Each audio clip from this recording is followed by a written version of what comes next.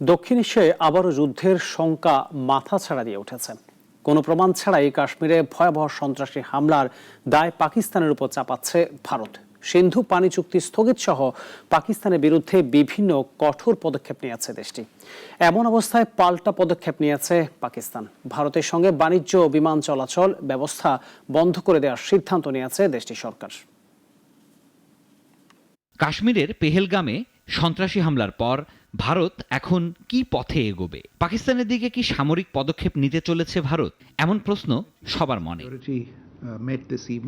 হামলার দায় নিয়েছে রেজিস্ট্যান্স ফ্রন্ট নামে একটি গোষ্ঠী। তবে ভারত মনে করে এর পেছনে আছে পাকিস্তানের মদতপুষ্ট জঙ্গিরা। সামরিক বিশেষজ্ঞরা বলছেন ভারত হয়তো এর কড়া জবাব দিতে পারে। 2016 সালের সার্জিক্যাল স্ট্রাইকের মতো সীমিত অভিযানের সম্ভাবনা দেখা যাচ্ছে। তবে আরও কঠোর পদক্ষেপের শঙ্কাও করছেন সামরিক বিশেষজ্ঞরা। বিমান হামলা বা ক্রুজ ক্ষেপণাস্ত্র ব্যবহারের কথাও উঠছে। কিন্তু এতে পরমাণু শক্তিধর দুই দেশেই সংকট বাড়বে, পরিস্থিতি নাগালের বাইরে চলে যাবে। তাই ভারতের সামনে এখন কঠিন সিদ্ধান্ত। একদিকে দেশের মানুষের ক্ষোভ, অন্যদিকে আন্তর্জাতিক চাপের ঝুঁকি।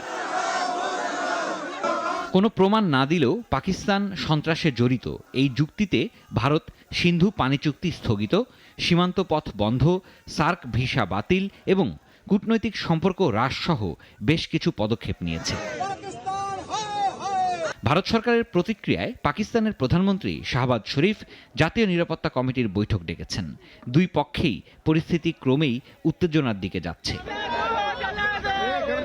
ভারত শেষ পর্যন্ত কোন পথে হাঁটে সেদিকেই এখন সবার নজর। নরেন্দ্র মোদী ও তার দল বিজেপি জম্মু ও কাশ্মীরের বিশেষ মর্যাদা রদ করে সেখানে শান্তি ও উন্নয়ন প্রতিষ্ঠার দাবি করলেও রয়টার্স বলছে মঙ্গলবারের হামলা সেই দাবিকে নস্যাৎ করে দিয়েছে। সিরাজুম মুনির শুভ, নাগরিক।